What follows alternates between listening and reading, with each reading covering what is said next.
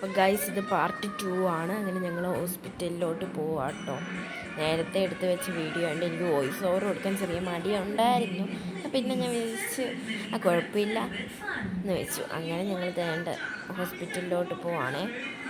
അങ്ങനെ സത്യം പറഞ്ഞാൽ എനിക്ക് ഹോസ്പിറ്റലിൽ പോകാൻ ഭയങ്കര മടിയാണ്. കാരണം നമ്മൾ കുറേ നേരം വെയിറ്റ് ചെയ്യണം. പിന്നെ ഈ വീഡിയോയിൽ കുറേ എൻ്റെ ഷോ കാണാം. അത് നിങ്ങൾ മൈൻഡ് ചെയ്യണ്ട.